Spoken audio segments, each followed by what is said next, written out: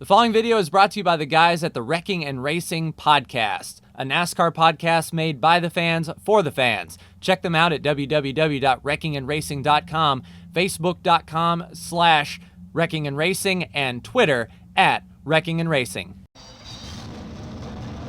Hello again, ladies and gentlemen, Saka here, and welcome back to another episode of NASCAR Racing 2003 season, the 2019 mod, and we are here at the most 2019 track we can get at the Charlotte Roval. So this is the Roval that was posted late last year on Facebook. I don't remember which. I think it was NR Track Designs made this Roval here, and we qualified on the pole, surprisingly enough, not by a whole lot, over Brad Keselowski, and both myself and Brad already have wins this round, with this race being the last race in this round.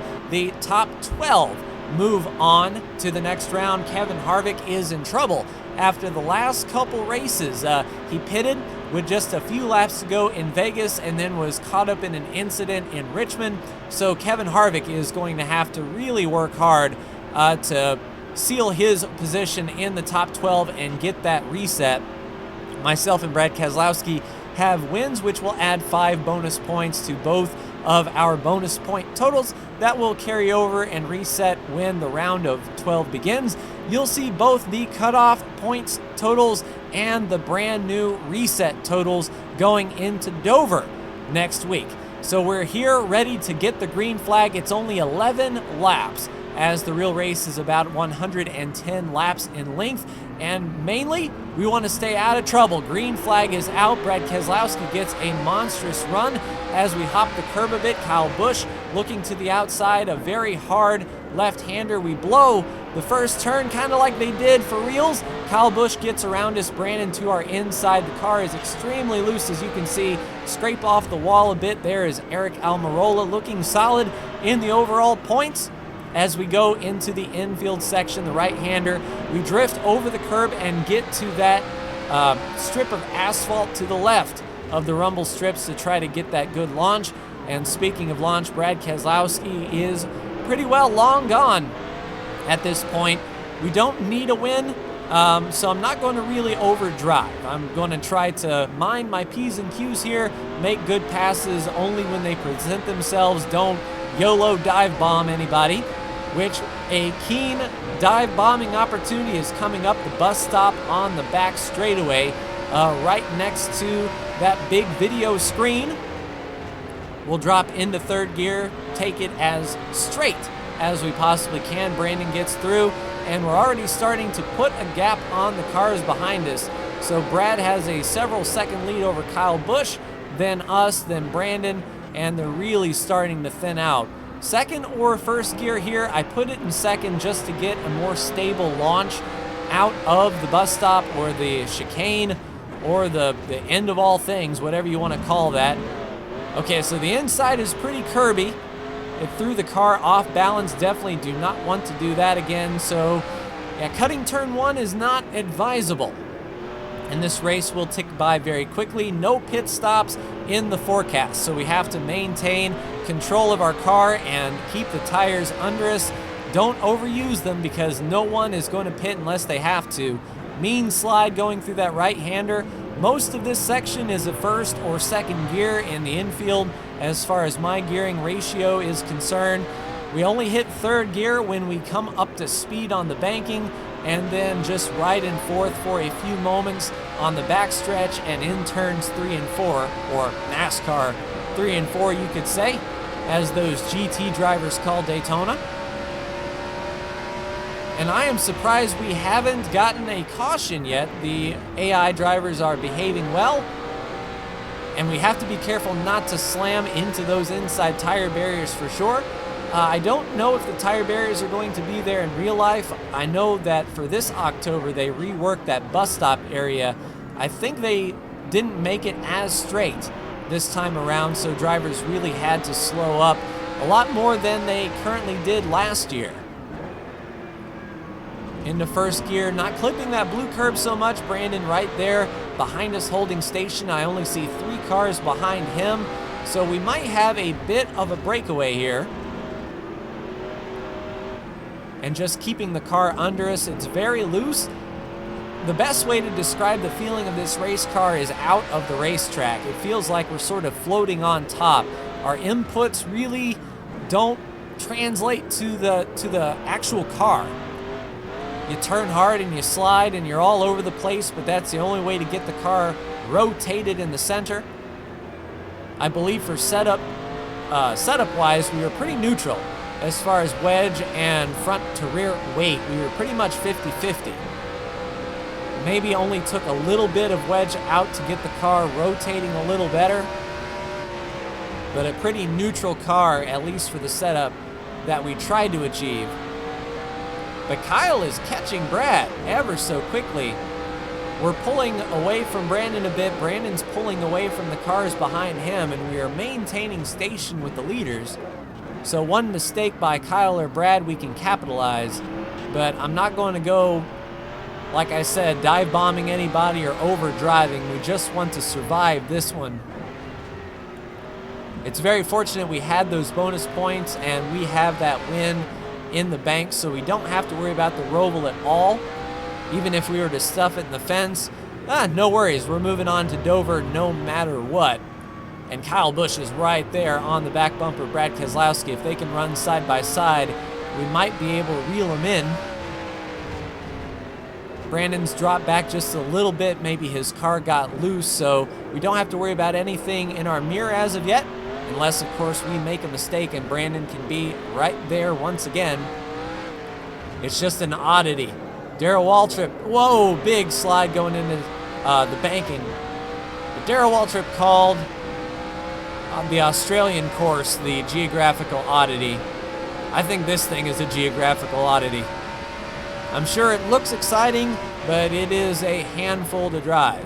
Definitely one of the tougher courses on the circuit for sure. All right, getting that launch. Definitely clicking by, and it's a lot cleaner race than I had anticipated. Usually, the AI get pretty aggressive on these user-made tracks, and they'll stick their cars in places where normal 2K3 track the cars won't go. It all comes down to the inner workings of the lap files. And Kyle does not have as strong a run on Keselowski as he had before. I don't know if Brad picked it up or Kyle had slipped, but we are still within striking distance of Kyle Busch. Whoa, okay, easy. Those rumble strips are definitely there to upset the car. Sure, it tells you where the edge of the track is, but I think they're there just to screw with drivers, if I'm honest. Just like this track in general, really. Not really getting good power down in first gear. Modulating that throttle, never being on full power too awful much, and you see what happened there. We got to full power when the car was not perfectly pointed straight, and it was a handful for sure. We can see Brandon back there. So a pretty even gap between Busch and Brandon. Looking out for any trouble that may be on this racetrack. The spotter hasn't said diddly squat about any trouble. I believe at this point the cars would have pretty much single filed out, and I don't know if there are any battles on the racetrack. This Roval is definitely a battle of car versus track instead of car versus driver, or, you know, car versus car, driver versus driver.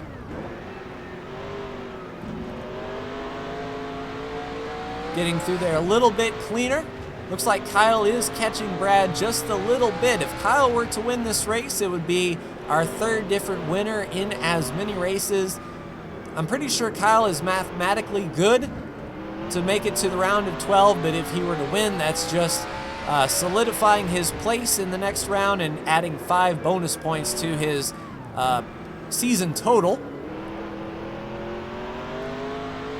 And yeah, it looks like it might get a little bit exciting. I want to maintain my gap.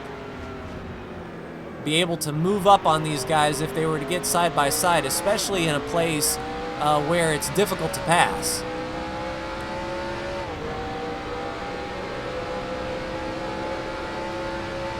Yeah, those guys just have such a hard run getting up on the banking and through NASCAR turn 1 and 2 for sure. And perhaps we're not driving as aggressively as need be, but to be honest, I hate this track, at least to drive on it. So I'm happy running, and Kyle did indeed make the pass on Brad, overshot the kink. Luckily, we're not there to get penalized. Otherwise, that would be a corner cutting for sure.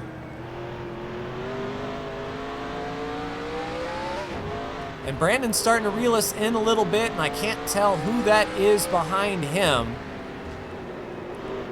But we are starting to see more guys in the mirror. And it doesn't look like Brad Keselowski has anything for Kyle. He's stretching out that lead by about a second now. Car is just viciously evil. That is for sure.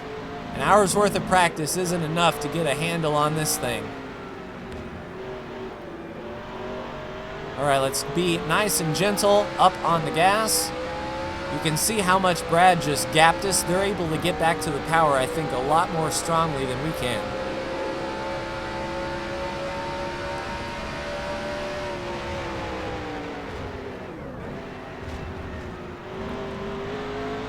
Yeah, we're just sort of doing our thing. I mean, that's all we can do. We aren't faster than the guys in front of us. We may be a little bit faster than Brandon, who is behind us. Unless something major happens, I think this is where we are going to finish here. Maybe Brad will pull a Jimmy Johnson and take Kyle out in the last kink. Who knows? But Brandon has closed the gap. He had an amazing lap, or I had a terrible lap. Probably a mixture of the two, if I had to say, and he is right there on our back bumper. Let's roll the corner, see if we can get the bite. The tires are really starting to give up now this late into the run. We're worse off than we started, and that's hard to believe because we were pretty bad when we started. And Kyle has gapped it out by several seconds over Brad. I tell you, it's this banking on the intersection of the track. It's just sort of off. It's like every corner is nearly an off-camber corner. And we've lost third gear. Outstanding. So we went to third gear, nothing happened. The gears ground and churned and bubbled on the inside of the transmission, which means now we have to run this bus stop in fourth. Going to second would be a terrible idea in that bus stop. So where is that going to affect us? Really, it's going to affect us on the banking. That is it. Because this is a first and second gear section from here all the way to the banking. So it could be far worse. We could have lost first or second gear. If we had lost second gear, that would have been the end of us. Almost the end of us sliding into the wall right there as well. But our lap time shouldn't suffer so awful bad. People with third gear will definitely catch us quicker in the banking if we cannot get off that turn well. I don't know how close my fourth gear is to my third gear. Hopefully the ratio isn't too big, so it's almost like we have an overdrive of third rather than a complete fourth gear, if that makes any sense. But we'll see coming up on the banking how Brandon does. So we'll put her down, get up to second, go up to third, and then immediately fourth, and try not to lose any speed. And it does seem like a shorter fourth gear. I don't think we lost too awful much there. We'll see what we lose in the bus stop as Brandon can downshift into third and get the drive from here all the way until he hits fourth. And indeed, you can see him closing the gap ever so slightly, but we're up to our power band fairly quickly in fourth gear. Could be far worse, that's for sure. Brandon with a bomb. I don't know where he's going. He'll complete that pass, though. Let's see if we can get under him here going into turn one. He may have been really upset as far as the car was concerned. Hitting those bumps, the car definitely isn't taking a set accelerating. He may have had some trouble getting into turn one, and indeed, it looks like Clint Boyer has passed Brandon as well. I don't know if Brandon was trying to pass or he may have locked up. I didn't see any tires light up, but he definitely was aggressive going into the kink for sure. Managed to reel it in, and we stayed green. And the fact that this race has been green the entire time is definitely a surprise. And let's see how much time we lose to Boyer here getting up to third gear. There's a direct shift into fourth, and you can see Boyer just pulling. I'm going to get out of his way. I'll take a fourth, especially since we don't have the third gear to contest it. And I'm pretty sure he can drop it into third right here. And then, oh, Brandon into us a little bit. Yeah, that's the bad part, is we have to go through that bus stop a little bit slower than everyone. It's that gear disparity. Lock up the right front just a bit, and I believe the white flag is out. One more lap to go, and Brandon under attack from Kurt Busch, who is pretty close to the cutoff. I don't think I want to hold him up. I'm going to let him go. Brandon gets it really wicked loose, accelerating out of that last corner. And Kurt gives me the preferred line. He made that inside move. And then we ended up on the inside on the next corner. And he drops back, so getting a good launch down this intersection was good for us. We might be able to keep Kurt Busch behind us. It just depends on how he gets up to the banking. Kyle Busch still leads, it seems.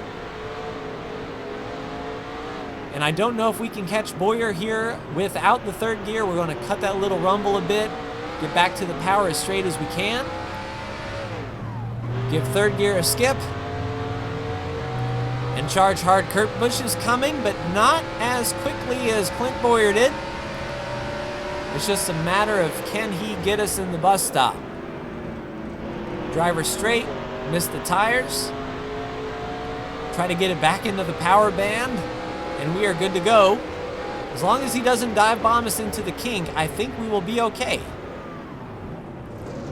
Give third gear a skip down to second gear.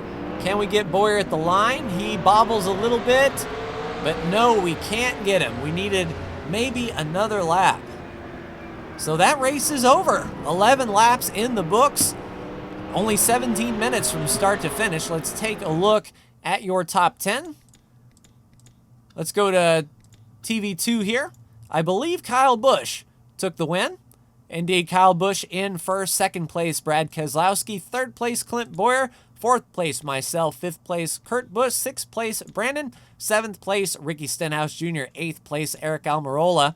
Ninth place, Austin Dillon. And rounding out the top 10 is Jimmy Johnson. Let's take a look at your playoff drivers to see how they fared. Of course, Kurt Busch finished in fifth. Brad Keselowski was in second. Dillon was in ninth. Where did Kevin Harvick finish? 21st. He didn't need that for sure. We have Eric Almirola finishing up in 8th. We have Denny Hamlin finishing in 14th place. Ryan Blaney finishing in 11th. We have Clint Boyer in 3rd. We have Ricky Stenhouse Jr. in 7th. Kyle Busch takes the win. We have Paul Menard finishing in 33rd, and he still hasn't even finished the race at that point. So Paul Menard with a dismal 33rd place run. We have Joey Logano in 15th place. We have Brandon in 6th. We have myself in 4th. We have Larson in 17th. And rounding out your playoff drivers, the final of the 16, Jimmy Johnson comes in 10th. So let's take a look at the standings after Charlotte. Kyle Busch gets his way into the round of 12. Kurt Busch ended up being your cutoff driver, tied with Kyle Larson, but it didn't matter because Boyer, Dillon, Menard, and Harvick are all out. So advancing to the round of 12, everyone from Kurt Busch forward. Once we give the points reset, you can see that the new cutoff driver going into the first race at Dover is Ryan Blaney. Thanks to his bonus points, Jimmy Johnson, Ricky Stenhouse, Denny Hamlin, and Joey Logano didn't have hardly any bonus points to fall back on. Only Jimmy Johnson had 1. Brandon is 62 clear. We're 47 clear, so a race ahead. And really tight once again, Keselowski through Blaney. And we're set up for the first race in the round of 12 at Dover. But that will do it for me. Like, share, and subscribe if you are so bold. Thank you so much for tuning in. And I will see you in the next NASCAR Racing 2003 season video. Take care.